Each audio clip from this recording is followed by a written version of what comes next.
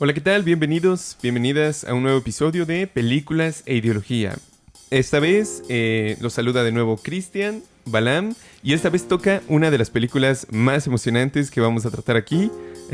Se trata de Misión Imposible 7, con el gran actorazo Tom Cruise. Bueno, tu sarcasmo no es bienvenido, pero vamos a avanzar. Ok, súper bien. Esta vez haremos un análisis de Misión Imposible 7. Antes de que Cristian les dé el comentario, como siempre, mencionar que este no es un análisis de la película, es decir, no vamos a hablar de qué tan bien hecha estuvo, aunque quizás aquí Cristian quiera romper de repente esa regla, pero bueno, no nos vamos a dedicar a un análisis artístico propiamente, sino un análisis ideológico y político de la película como producto cultural de nuestro tiempo.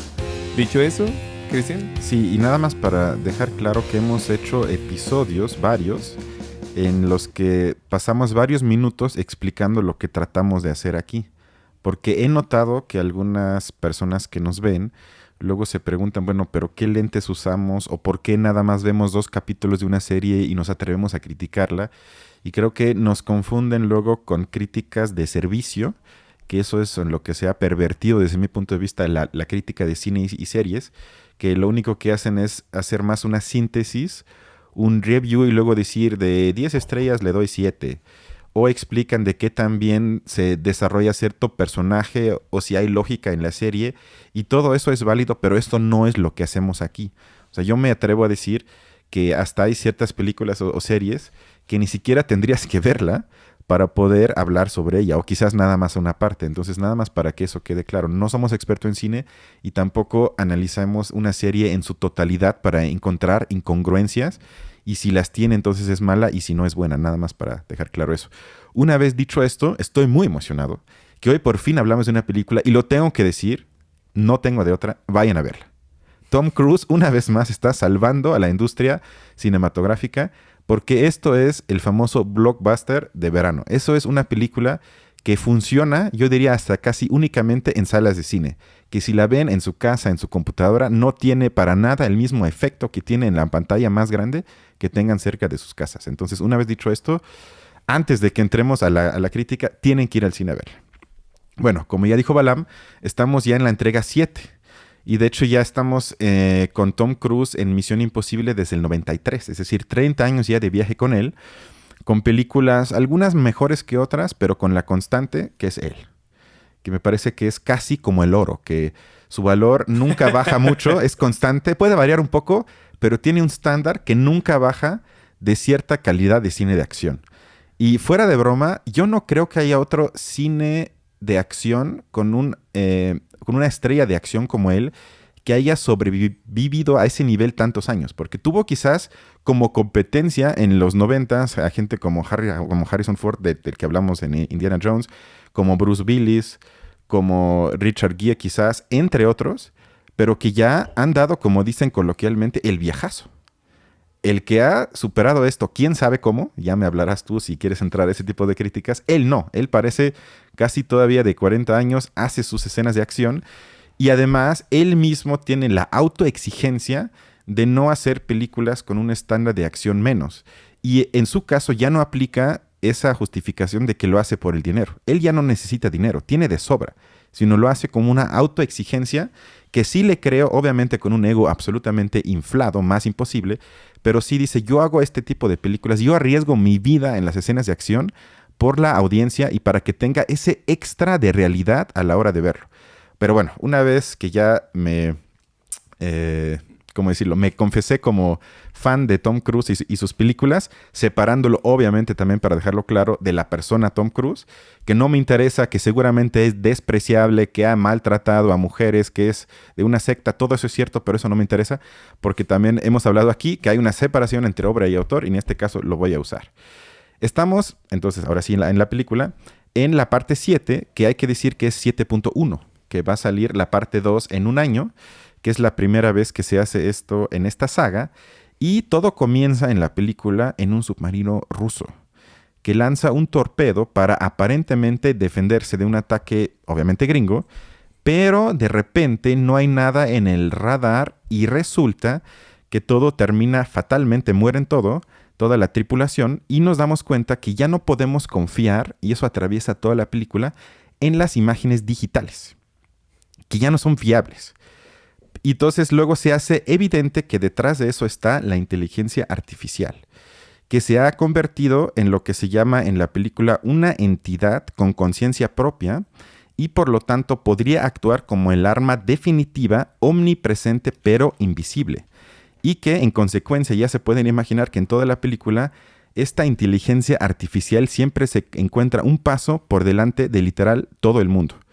Y la inteligencia fue desarrollado por los militares gringos, pero que se ha salido de control, tiene aparentemente, insisto, conciencia propia y actúa por sí misma, y Tom Cruise y su equipo tienen que encontrar dos partes de una llave para insertarla en uno, y con eso, que es a veces confuso en la película, pero creo que la función de esa llave es frenar o destruir quizás la inteligencia artificial. Y alrededor de eso se genera toda la trama y todas las, obviamente, épicas escenas de acción. ¿Quieres que yo siga o ya me quieres criticar? No, termina tu argumento. ¿Por qué No, crees que...? Tengo varios. A ver, échale pues. Tengo muchísimos. O sea, primero, algo que se ha dicho mucho sobre las películas de Misión Imposible y más sobre esta, es que les parece ridículo el argumento de que lo único que tiene que hacer, entre comillas, es encontrar dos partes de una llave. Que ese gimmick les parece demasiado barato, demasiado poco creativo. Y yo creo que hacernos la pregunta, si esta película quiere contar una historia sobre la inteligencia artificial que quiere dominar todo el mundo y se les ocurre únicamente una llave para frenar esta, creo que es válido porque en una película de acción de esta índole, hay una necesidad de simbolizar, o se podría decir de convertir en concreto algo abstracto, sin que esa tenga que ser necesariamente compleja o, si quieres, complicado, que no es lo mismo. Entonces, utilizar ahí en el medio cinematográfico las herramientas que tiene y simbolizarlo en la llave, que únicamente es un símbolo, que yo creo que no hay que tomarlo literal, sino hay una lucha entre algunos humanos en contra de la omnipresente inteligencia artificial, que dijeron, lo vamos a convertir en una llave para que todo el mundo lo pueda más o menos percibir, para que sea algo tangible para el público en la sala de cine. Pero más allá de eso, creo que como herramienta, como truco en el cine de acción, eso me parece válido y no es justificado, desde mi punto de vista por lo menos, ridiculizar este tipo de elección en la construcción del guión. Y luego, no sé, es que iba a ir a la política exterior, que también se tematiza en la película, pero ya siento que hablé mucho. Bueno, a mí me parece que, justamente este punto de la IA, de la inteligencia artificial, es lo primero que resalta de la película, ¿no? A mí, en primer lugar, me llama la atención que no se trata, necesariamente de la enemiga como tal de la película. Aunque eficazmente, la inteligencia artificial tiene conciencia, realmente lo que estamos viendo en la película un poco es más bien la lucha de las facciones que buscan controlarla, ¿no? Porque realmente es una inteligencia artificial no al estilo Skynet, que de repente de un momento a otro toma control absoluto de las cosas, sino que más bien, como tú lo decías, es el arma perfecta, ¿no? Como arma parece tener muchas posibilidades, o por el contrario, puede ser como la salvación de la civilización. Y entonces, en esas dos cosas, la llave es justamente como la manzana de la discordia, ¿no? Como la posibilidad de abrirse a un futuro de progreso o regresar como a una cuestión de barbarie. Y yo creo que, eso sin duda me parece incluso un poco similar a la cuestión que se plantea con la bomba nuclear, que ya hablaremos de ello cuando tematicemos Oppenheimer. Pero yo creo que, me llama la atención por lo menos que parece ser un símbolo que, donde uno puede hacer o deshacer, ¿no? Uno se plantea ante ese dilema. Y realmente yo creo que aunque hoy en día, una muy buena parte de la humanidad sea más bien dominada por como cierto interés o cierto impulso por civilizar las relaciones, ¿no? Porque no prime la ley del más fuerte, sino que haya como derecho y por ende haya justicia. Sin embargo, en última instancia, en el resto de la historia de la humanidad ha sido que quien tiene el poder absoluto o quien tiene las armas más avanzadas, la tecnología más poderosa, es quien puede sobreponerse al resto, ¿no? Que puede sobreponer su voluntad, si tú quieres. Entonces, eso me parece por lo menos muy interesante porque trae a colación esa discusión. Aunque en el resto, sinceramente, a mí me parece que la película se repite bastante con respecto a otras pasadas. estuve haciendo algunos conteos y en esta película, por ejemplo, volvemos a ver que hay un deseo de venganza. Hay, digamos, Tom Cruise arma un equipo, se tira de sogas, alguien que creíamos que era bueno se vuelve malo, se hackea de todo y con todo tipo sin siquiera haber como alguna explicación al respecto. Hay un villano, se sabe rápido quién es y tiene alguna relación con Rusia. En este caso, la inteligencia artificial es rusa. Entonces... Es correcto, pero bueno, vamos a poco deconstruir el simplismo presentado ahorita por mi amigo Balam. Primero, y voy a decir Tom Cruise porque el personaje de la película Ethan Hunt realmente es Tom Cruise. Sí, o sea, digamos, le todo podrían el decir, mundo él se interpreta a sí mismo. Entonces, por eso le voy a llamar Tom Cruise. Y creo que en toda la saga y en las últimas 2-3 entregas, eso resalta cada vez más que Ethan Hunt, es decir, Tom Cruise, es el agente del Leviatán, diría Hobbes. Porque la división establecida por Thomas Hobbes entre humanos privados y políticos, es decir, que lo que él argumentó es que la existencia del Estado, en ese entonces la creación del Estado, lleva a ciudadanos no políticos, o quizás para que se entienda mejor, apolíticos, es decir, que ya no se interesan o a veces ya ni siquiera son conscientes de la dimensión política en la que todos de manera inherente estamos presentes y además en la que participamos, queramos o no. Y que, por lo tanto, ya no perciben la constante amenaza de regresar al, entre comillas, estado de naturaleza. Y lo que hace entonces el personaje de Tom Cruise, él es el encargado de extraerse de lo privado, que es algo que me gusta de esa serie, es que excepto en la película 3, un poco en la última, casi nunca sabemos algo de lo privado de Ethan Hunt. Que, por ejemplo, cómo está su abuelita, si tiene nietos, cómo fueron sus papás, cómo lo trataron de niño. Eso no importa. La psicología de Ethan Hunt nos da igual. Se le trata de, obviamente porque estamos en un producto de Hollywood, de la industria cultural, de humanizar en el sentido de cómo trata de sobreponer siempre sus intereses privados con sus amigos. Que siempre dice, vale más la vida de T. Balam como amigo y si tengo que sacrificar al mundo, bueno, prefiero salvarte a ti aunque muera el mundo. Ahí actúa no como agente, sino como alguien privado, diría Hobbes. Porque ahí sobrepone el interés privado sobre el público. Y un agente de a de veras no podría hacer eso. En ese sentido lo tratan de humanizar, pero por lo menos no tratan de envolverlo como el padre de familia que lo único que trata es salvar a su hijo. En ese sentido, eso me gusta de las películas porque es tristemente ya muy raro en Hollywood. Y entonces él se extrae de lo privado, es decir, se queda sin vida privada para defender la posibilidad de privacidad de todos los demás, sin que se den cuenta. Y entonces, obviamente, eso lo convierte en agente del orden establecido, profundamente conservador. O sea, él todo el tiempo arriesga su vida para que todo siga igual. O sea, él sería un agente contrarrevolucionario. Por lo tanto, cuando vemos la película y vemos la sonrisa de Tom Cruise, lo que realmente estaríamos viendo es el rostro del monstruo del Leviatán. Que eso sería una lectura contraintuitiva, pero me gusta que en la película podamos extraer ese tipo de contradicciones y de conflictos, o si quieres, hasta de antagonismos inmanentes a la función de cualquier tipo de agente secreto o servicio secreto que sin duda también existen en la vida real. Y que jueguen abiertamente con eso me parece una virtud de la película, aunque yo estaría, como lo hice ahorita, criticando el mensaje inmanente ideológico de ese tipo de personajes. O sea, pero ¿tú crees entonces que está bien realizado el personaje en tanto que se dedica únicamente a hacer las cuestiones de Está espionaje? bien realizado en el sentido de que muestra la tensión entre Tom Cruise en su función como agente, que si la piensas hasta las últimas consecuencias, no podría pensar en nada más excepto en su tarea como agente, que además en todas las películas siempre la introducen de forma dramática, que le mandan un mensaje que dicen si usted acepta la misión, que ahí también me parece curioso, porque es, sin querer queriendo obviamente, una forma caricaturesca de representar la libertad de elección en la democracia liberal capitalista en la que estamos. Que siempre se nos dice, es que tú tienes la posibilidad de elegir, es tu decisión. Cuando realmente sabemos que no lo es como si te digo, a ver, tú escogiste trabajar, Balam, fue tu decisión. Pudiste haber escogido no trabajar. Y tú en el fondo sabes, bueno, o sea, sí, pero si no trabajo me muero de hambre.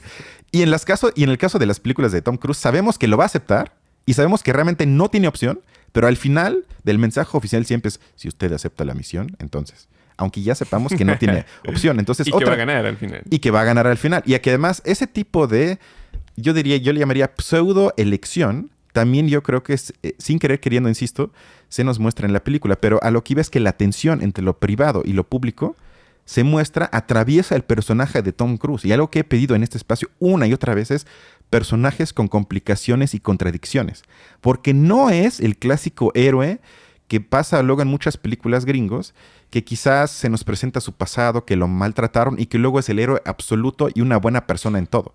Sino que él mismo está atravesado todo el tiempo y lo expresa en las películas entre que, bueno, tengo mis amigos y los amo y los quiero salvar, pero tengo que servirle al Estado. Luego, en las últimas 2 películas, cuestiona a su propio Estado, al imperio gringo, porque es perseguido por él mismo. Y en esta película también hay que decir, porque quizás parece raro, él no está automáticamente a favor de entregar la llave cuando la encuentra al gobierno gringo, sino dice, ningún gobierno lo debería de tener. Obviamente eso enaltece a la figura de Tom Cruise, pero más allá de eso, por lo menos se complican un poco las cosas. No es nada más como en la época de la Guerra Fría, los gringos, el imperio de la libertad contra el imperio de la opresión, los comunistas, sino hay conflicto y atraviesa el mismo personaje de Tom Cruise, o por lo menos así lo leo yo. Yo creo que, digamos, ese momento en el que Tom Cruise, hay que decirlo, digamos, si no es ningún spoiler porque va a ocurrir en los primeros momentos, que Tom Cruise obviamente está en contra de la utilización de la IA, ¿no? Que, digamos, en este caso es el arma. O sea, pueden imaginarse, puede decir IA, puede ser un arma de destrucción masiva, puede ser un arma atómica, etcétera, etcétera. Eso no importa. El punto es que él está en favor de destruirlo, que no se ocupe ni para el bien ni para el mal, sino que se destruya. A mí me parece, digamos, que eso puede tener varias interpretaciones. Por un lado, digamos, evidentemente ese personaje principal tiene que tener como una posición, por lo menos me parece que es interesante que sea distinta a la de su propio gobierno. Estoy de acuerdo con eso. Que, digamos, en general no es una actitud que necesariamente haya estado excluida dentro de los héroes gringos. Es decir, yo creo que han habido varias películas y varias series donde esa decisión del héroe de acabar con la causa del mal, ¿no? ¿Cómo se dice? La caja de Pandora, digamos, es como la opción más necesaria, que de alguna manera a mí me parece en el fondo como más bien una reacción ante la incapacidad de saber controlar lo que tenemos. Lo mejor es la destrucción para que no se presente como un riesgo a nadie más, porque no tenemos capacidad de dominarlo. Y a ese yo creo que va a ser uno de mis puntos. La cuestión de la inteligencia artificial a mí me parece por lo menos interesante, pero sobre todo, digamos, en relación a la visión que en general domina en estas películas acerca de la tecnología. Me parece que, digamos, la tecnología en estas películas, como en otras, pero particularmente en las de espías, como la de Misión Imposible, que es así como la película de espías, la tecnología prácticamente se transmuta en magia. Es como una especie de situación que se presenta ante el público, como que el público no tiene ni idea de cómo es que rayos están ocurriendo todas estas cosas, pero hackeos por un lado, máquinas necesarias por otro lado, etcétera, etcétera. ¿Te parece magia? Porque todo eso es real, ¿no? Yo no veo un elemento mágico ahí. No, bueno, en algún momento en la película, por ejemplo, 3 o 4 me parece, hackean un satélite ruso. De la nada, sí. porque es necesario, porque sí se necesita. Los lentes que de repente llegan, ¿no? Los mensajes que llegan en lentes dentro de un misil, justamente donde está Tom Cruise. Y que Tom Cruise no le pasa nada. Y simplemente toma. Que a Tom Cruise no le pase nada, pero Apple acaba de presentar su lente inmersivo, que la tendencia va ahí. O sea, a mí no me parece que hay elementos en la película que digas, esto es ciencia ficción. O sea, yo creo que sí, porque, digamos, independientemente de que lo sean o no lo sean, el punto es que se presenta, digamos, ante el espectador como un montón de objetos que van saliendo conforme la trama los necesite. Es decir, de repente Tom Cruise necesita alguna maquinaria para poder atravesar tal cosa. Bueno, ahí está un amigo que le entrega la tecnología que va a permitirle recuperar tal objeto. Aunque sea una cosa que prácticamente es imposible, Misión Imposible, de alguna manera lo logra. Entonces, digamos, yo creo que sí se muestra como un tipo de magia dentro de ello. Pero, digamos, no creo que sea casual. Porque, de hecho, digamos, así como está la cuestión de la IA, que también es de alguna manera una caja negra. Porque en algún momento de la película, digamos, sabemos que uno de los personajes trabaja con la IA, porque sabemos que tiene conciencia la IA y tiene a una de las personas humanas trabajando en su favor. Porque además parece ser que la IA amenaza a los personajes y los amenaza de una forma por lo menos original. No vamos a entrar en detalles, simplemente saber que la IA puede predecirles un mal futuro, ¿no? es prácticamente sobre eso va su amenaza. No es algo tangible, no es algo de lo que tengamos evidencia o pruebas, pero de alguna manera sabemos que la IA funciona mágicamente arrojando datos que son ciertos. Digamos que entonces le estamos dando cierto poder inherentemente o nosotros antropologizamos a la inteligencia artificial y le otorgamos incluso poderes mágicos. Y por ello, el resto de las personas, aunque no tengan ninguna evidencia de que la IA puede ser algo así, temen ya su poder en sí mismo, ¿no? Entonces, es como una caja negra. Se abandona a razonar cómo es que la IA puede controlar de alguna u otra manera. Se abandona a pensar de qué manera la IA puede ser realmente utilizada para el beneficio de la humanidad. Y Tom Cruise decide la eliminación de este caso del peligro. De alguna manera me parece a mí como más bien una reacción, pero también la dominación de la IA, digamos, que es únicamente por miedo, que genera como ese respeto, yo creo que es una forma de dominación real, ¿no? Y no creo que sea además, digamos, como casualidad, porque en general son realmente los gobiernos, a través de sus estancias militares, particularmente de Estados Unidos, Rusia y China, quienes tienen la tecnología de punta. Digamos, toda la tecnología que existe tiene que pasar primero por la cuestión militar. Eso es, digamos, eso real. sí es real. Real. Y las cosas que tenemos hoy en día de tecnología de punta las utiliza el gobierno. Y eso totalmente. sí se dice abiertamente en la película, ¿estás de acuerdo? O sea, que todo eso sale del presupuesto. Incluso hay una escena en la que hay una negociación entre el brazo humano de la inteligencia artificial, el villano que es Gabriel, con un alto funcionario del gobierno de Estados Unidos para crear una alianza usando el complejo armamentista para dominar al mundo y además, hacer mucho dinero, obviamente. Y ahí se ve que es una simbiosis, o sea, que no existe una sin la otra.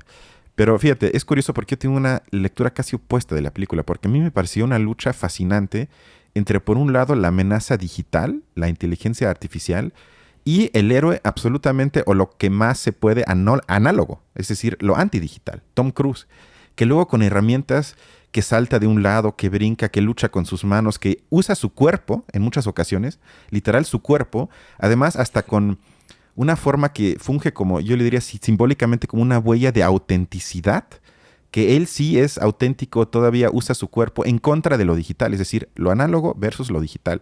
Y además ahí vi entonces hasta lo contrario de lo que tú le llamas lo mágico, porque hay un diálogo bastante inteligente en la película, en la que hay una discusión entre Tom Cruise y uno de su equipo sobre cómo piensa la inteligencia artificial y cómo responder o no ante eso.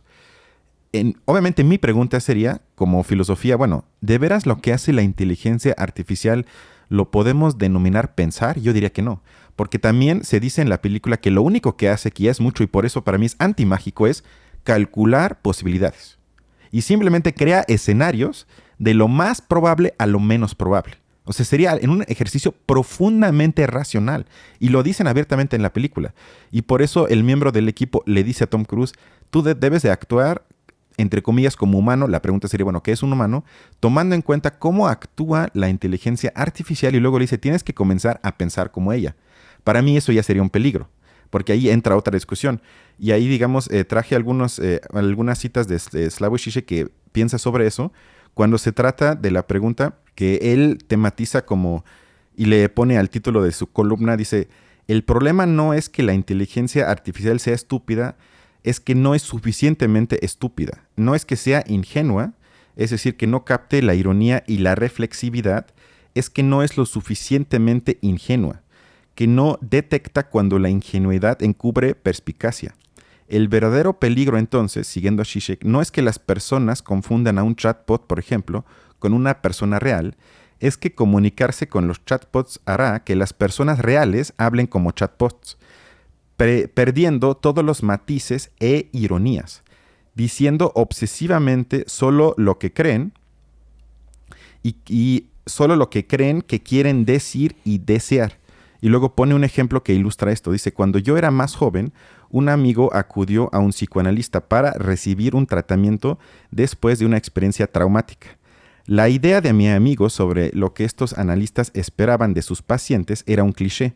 Así que, en consecuencia, en su primera sesión de terapia, entregó falsas asociaciones libres sobre cómo odiaba a su padre y quería que estuviera muerto. La reacción del analista fue ingeniosa. adoptó una postura ingenua, pre-freudiana y reprochó a mi amigo por no respetar a su padre. Y luego cita, ¿cómo puedes hablar así de alguien que te hizo ser lo que eres? Esta ingenuidad, obviamente fingida, envió un mensaje claro. No compro tus falsas asociaciones. Y la pregunta que abre Zizek, ¿sería capaz un chatbot de captar este subtexto? Y creo que precisamente no. Y en la película, lo que le dice el miembro a Tom Cruise es que tienes que no ceder a tus emociones, porque la inteligencia artificial te analiza como humano y ha entendido tu deseo de venganza en contra del villano de Gabriel. Y eso es otra cosa que me gusta de este tipo de películas de la franquicia, es que en comparación con casi todas las demás, se trata por lo menos de problematizar el actuar a través de las emociones. Se le dice, no, es muy humano y todo el cine va a querer que lo mates por venganza. Pero muchas veces eso conlleva consecuencias mucho peores que si dieras un paso para atrás y no actúas, por lo menos no únicamente por la emoción que en este momento te domina como humano. Y eso entonces para mí abre vertientes muy interesantes, porque es entonces debemos de pensar como ella para vencerla. Pensar como ella, como dice Zizek, haría que nos terminemos convirtiendo en ella, o pareciendo a ella por lo menos. Y la pregunta, otra vez, ¿qué significaría pensar en comparación con el simple cálculo de posibilidades? O sea, todas esas preguntas se tratan en la película. O sea, caray, si eso no es por lo menos interesante, pues yo no sé. Ok, yo, bueno, realmente no me había puesto, digamos, a ponerlo desde tu punto de vista. Me parece que aún así, dentro de la película, la IA al final sí está teniendo más bien un papel de herramienta. O sea, por más, digamos, planes que haga y todo lo demás, al final solamente retrasa el hecho, bueno, spoilers, ¿no? Retrasa el hecho de que el gobierno quiera intentar tomar control de ella. Uh-huh. Digamos, en el fondo sigue siendo una herramienta, una forma de guerra, pero es una herramienta que por lo menos te habla. Estoy de acuerdo. Bueno, en primer lugar, yo creo que esta cuestión que menciona Zizek de empezar a como hablar o a pensar como ella, yo creo que importa mucho menos en la plática cotidiana, porque pienso yo que de repente se va como un poco por ahí, ¿no? De que si tú hablas mucho con la IA y la IA te responde tipo, hola, buenos días, la respuesta es tal, tal, tal, como muy mecánicamente. O sea, yo creo que el miedo importa poco en ese sentido. Creo que importa mucho más, o creo que es mucho más peligroso el contenido de los textos que la IA responde. Porque esos normalmente se hacen pasar por objetivos, que es justamente lo que yo te decía. La IA, como muchas otras piezas tecnológicas, en general es considerado por las personas comunes como, digamos, hasta cierto punto mucho más objetivo de lo que uno podría ser, ¿no? Uh-huh. Si yo le pregunto, y eso no es, digamos, ninguna especie de prejuicio. En realidad, muchos de los profesores que tienen clases, por ejemplo, de filosofía o de historia o de ciencias sociales, se han encontrado con que sus alumnos les entregan tareas que prácticamente son hechas por la IA, pero digamos, revela un poco el hecho de que están bien hechas. O sea, de que realmente responden las cosas como son. Entonces, en ese sentido, para las personas existe como un poco, creo yo, la sensación de que ofrece respuestas objetivas. De que puede ser por lo menos mucho más objetivo de lo que puede ser cada uno de nosotros como personas individuales. Entonces, yo creo que en tanto ello, las personas generan como una especie de respeto, como que lo observan desde lo externo, como desde muy alejadamente, porque ni siquiera, y eso es algo real, los analistas que crean la CIA, ni siquiera ellos saben cómo llegan a los resultados que llegan. Saben que el procedimiento es, como tú mencionabas, por medio de promedios. Digamos que hacen un promedio general de lo que encuentran en Internet. Pero el mecanismo específico por el cual llegaron a tal respuesta, ni siquiera los analistas lo saben. Tienen que inventar una IA que les diga cuál fue el proceso que tomó la otra IA, como que falsifique o verifique lo que está diciendo, porque justamente el riesgo está en que tú puedas meter para el algoritmo de una IA un chingo de otra información sesgada y la IA va a arrojar por, digamos, promedio general esa opinión. Y yo creo que ahí está realmente el peligro de la CIA. O sea, ¿qué opinión te está mostrando? Porque al final las IA son herramientas. No son, digamos, entidades que por sí mismas van a modificar la manera en la que tú, como ser humano, interactúas con tu mamá o con tu papá. Yo creo que eso no importa tanto. Es más peligroso, creo yo, quiénes cargan de información a la IA. ¿Qué opiniones está marcando la IA? Yo creo que es peligroso el hecho de que se piense que es objetiva una IA. Que no se vea que detrás realmente están muy marcadas las opiniones de grupo de clase que en el fondo son lo que dominan. Incluso, digamos, Estados Unidos, el gobierno, no le importaba tanto, digamos, la conciencia de la IA como su potencial para dominar el resto de las otras sociedades. Entonces, en primer lugar, y en segundo lugar, a mí me recordó también un poco, no sé si a ti te parezca de esa manera, a esta, digamos, clásica metáfora de Platón del anillo de Giger, ¿no? Que es este anillo que te permite ser invisible, como el Señor de los Anillos. De hecho, creo que esa es la referencia original. Que, digamos, en el fondo es más bien, Platón nos quiere poner en una situación de conflicto moral, ¿no? ¿Qué haríamos o cómo nos comportaríamos si pudiéramos mañana ser invisibles y hacer prácticamente lo que queramos? Que nadie nos pueda ver, que nadie pueda saber de lo que hacemos y sin embargo ser capaces de llevarlo a cabo, ¿no?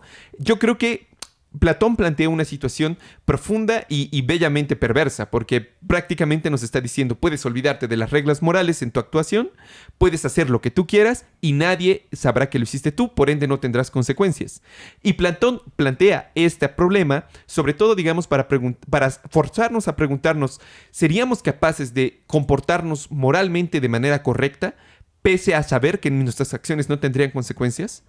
Obviamente Platón quiere argumentar que sí, pero yo creo que, digamos, en este caso la película nos plantea en algo similar, porque podríamos, digamos, pese a que sepamos que tenemos el poder de prácticamente controlar el mundo entero si quisiéramos el día de mañana, podríamos aún así en esa situación en el que no tendríamos consecuencias ser capaces de hacer lo correcto.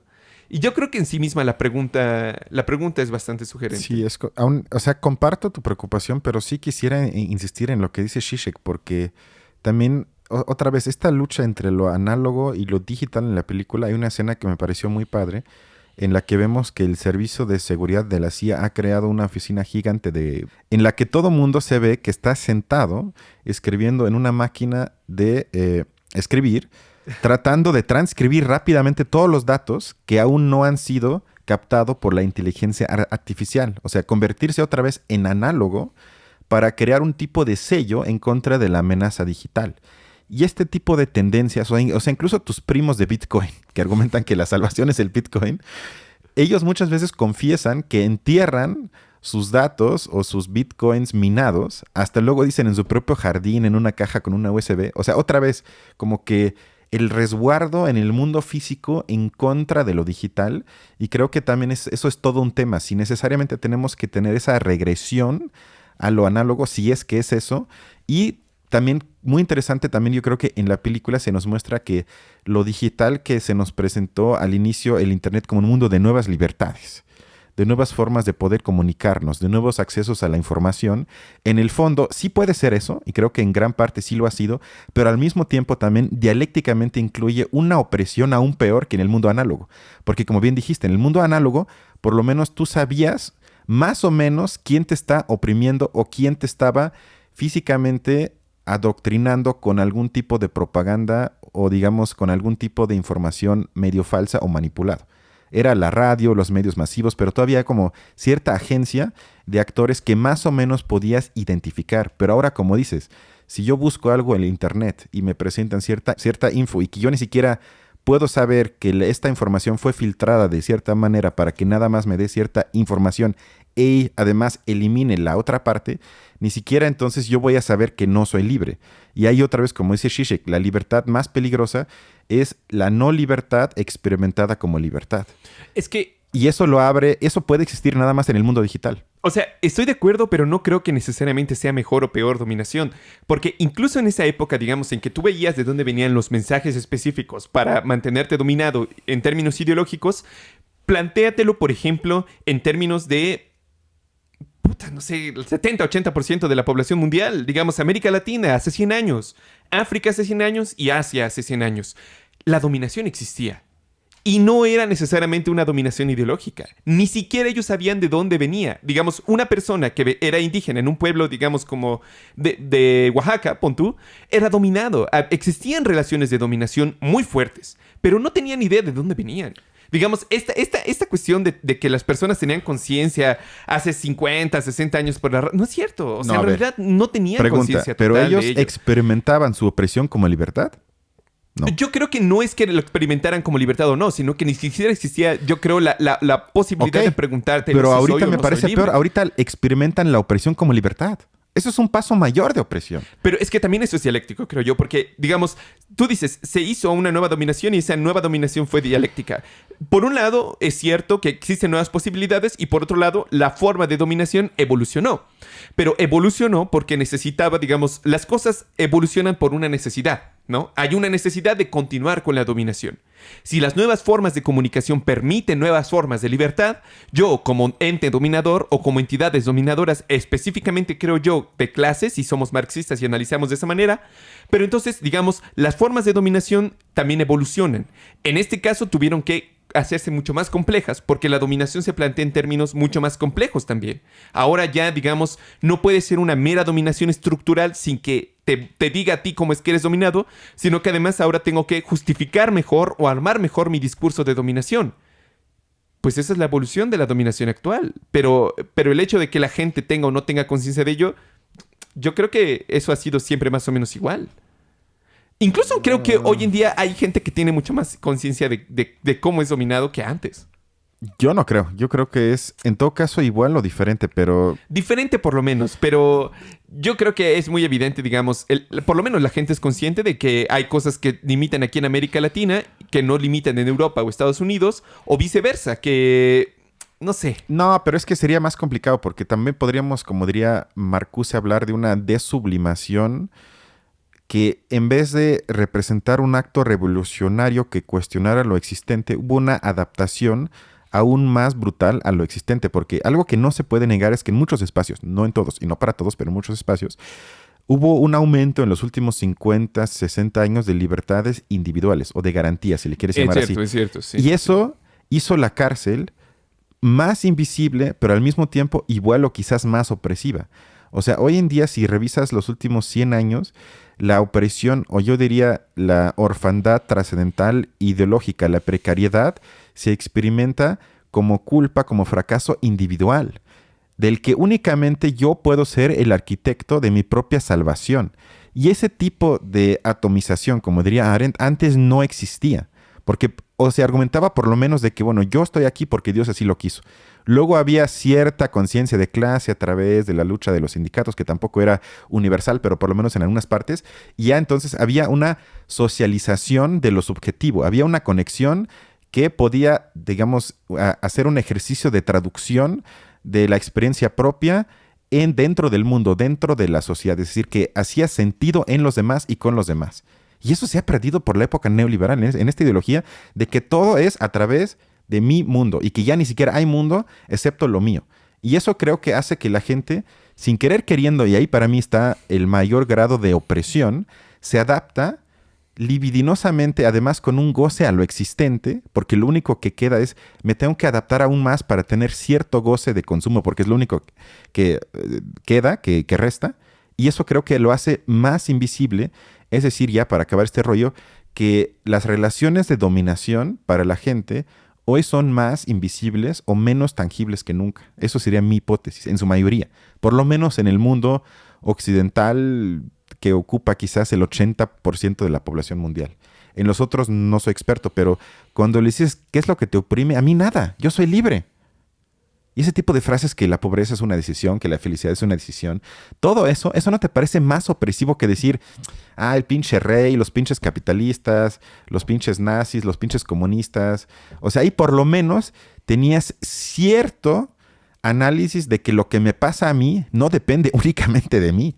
O sea, ese tipo de obviedad sociológica se ha perdido y por ende yo digo que este tipo de afirmación a lo existente de adaptarse lo ha hecho más opresivo. Pero si quieres avanzamos. Sí, yo creo que sí, hay que seguir avanzando. Nada más, yo quisiera, perdón. digamos, nada más terminar diciendo que creo que tienes razón, digamos, es cierto que esta era, la opresión de esta era, se caracteriza en gran medida por esa ideología. Sí, y la pregunta es si es más siempre opresiva que... Digo, eso es un debate, yo tampoco digo, pero digamos que por lo menos no estamos menos oprimidos. Creo que en eso podríamos estar de acuerdo, ¿no? Estoy de acuerdo, sí. De hecho, si lo pensáramos más bien en términos, por ejemplo, de pura acumulación, quitando fuera, digamos, la cuestión ideológica, pues es todavía más que el Sí, siglo pasado. sí, exacto. Sería todavía peor. Sí. Y uno podría decir, bueno, pero por lo menos tenemos ciertas comodidades que hace 100 años no. O sea, podemos grabar un podcast, estamos en un depa. Yo creo que hay como, digamos, una discusión ahí matices alrededor. ahí, sí. Que, digamos, de alguna manera ese es el objetivo del Estado burgués, ¿no? Un Estado burgués en su desarrollo completo debería asegurar una dominación al mismo tiempo que asegura este tipo de libertades. Estamos totalmente de acuerdo en Sí. eso. Pero bueno, igual podemos seguir Sí, o sea, avanzando. yo nada más tengo 2 puntos cortos, que uno es, otra cosa que me gusta en la película es que se representa la política exterior de todos los países que participan como un conflicto de intereses. No moralmente que yo soy mejor que salvar el mundo contra las bestias, contra Sauron, no. Todo el tiempo se trata de quién tiene el poder y cómo lo obtengo. O sea, no hay un rollo moral de enaltecer un lado. Aunque muchas veces el enemigo es ruso. Por ejemplo, te digo, esta ocasión también.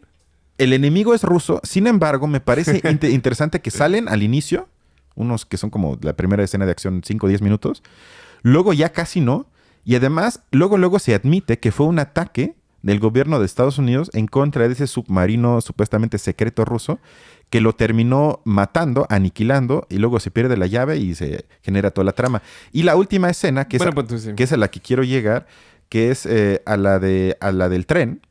En esa hay un juego de máscaras que a mí también eso me gusta porque hay una escena en el aeropuerto de Abu Dhabi, me parece, que nos deja claro que también ya es difícil. Primero tematiza, bueno, ¿qué es un rostro? Eso cambiante del rostro, más allá del gimmick que a veces sí parece ya algo que usan como ya caja negra, que cuando ya no saben qué hacer, bueno, quítale la cara para que sea ahí un tipo de engaño.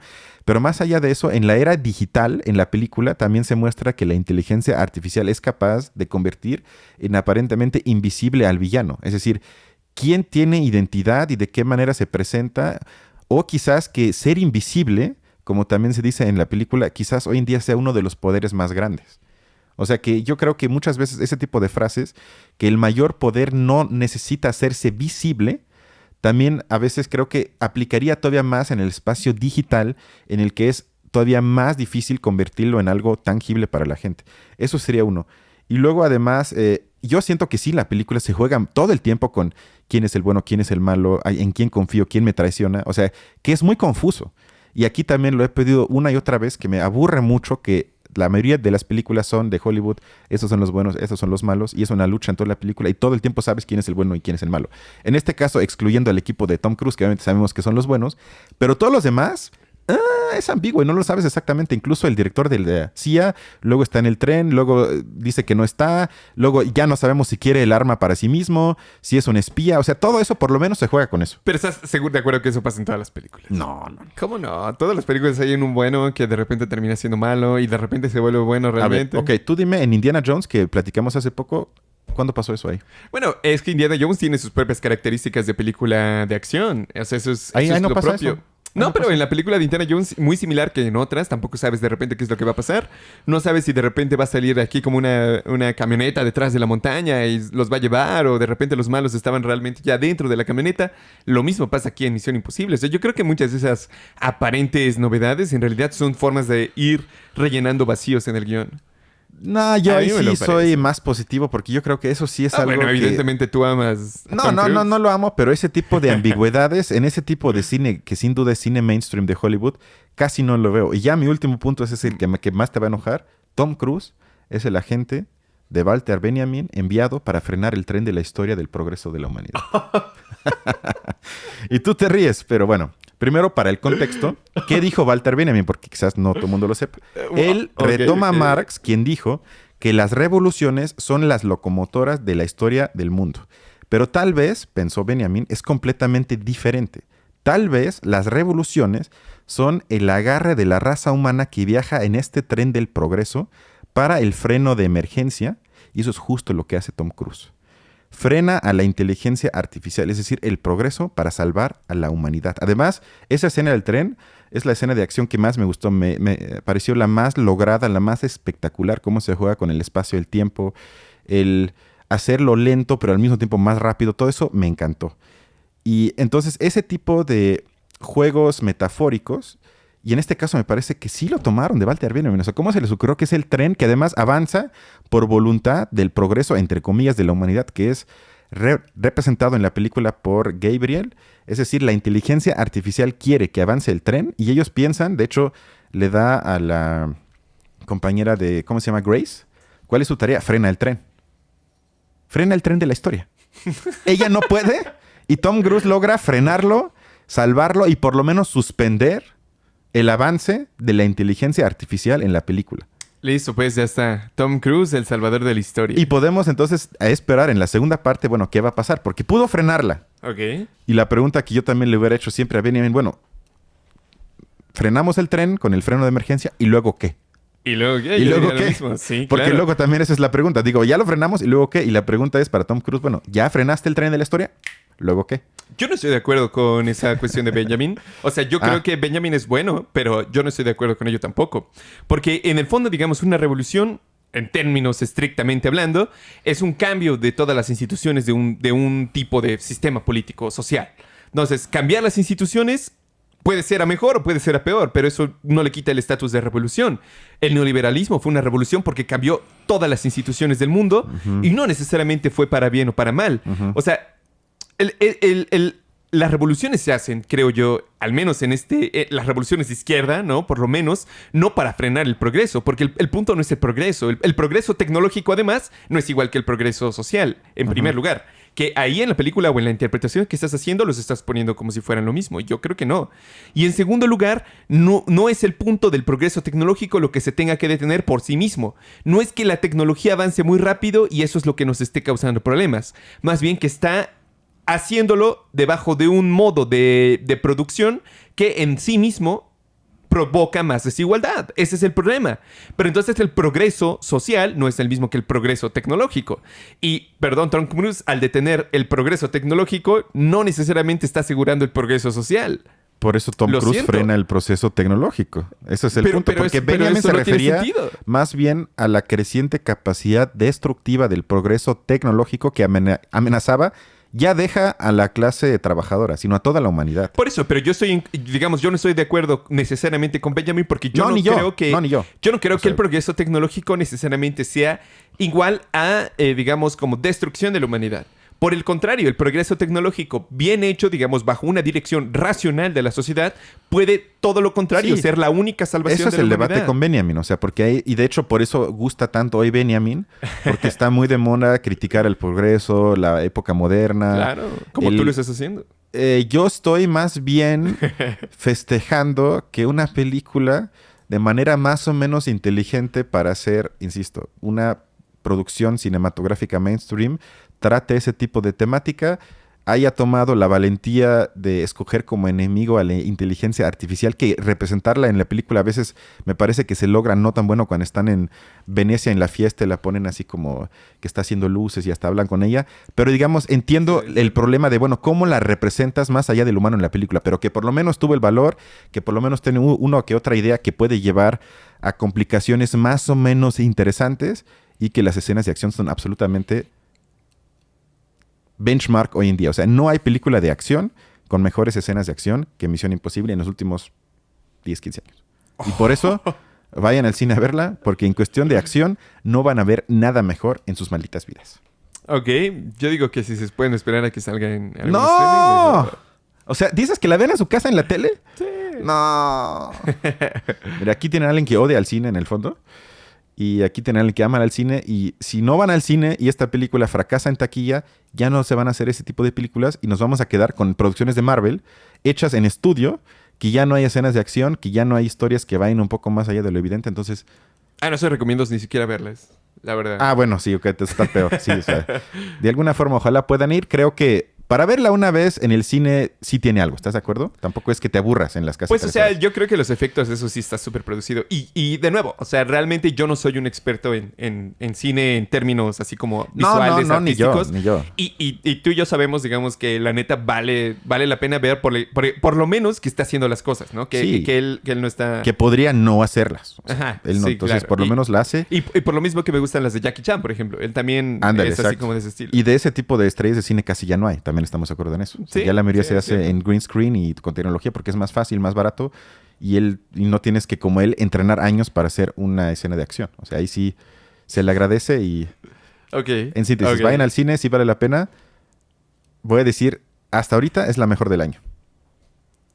Aunque, De cine de acción. aunque ya la siguiente... Ah, bueno, de cine de De acción. cine de acción, sí. Porque Tar me pareció mejor película en su género y más interesante. Pero creo que próximamente vamos a hablar de una que sin duda va a ser la película quizás de la década. Ya veremos. Y, Ya no, veremos. y no es Barbie.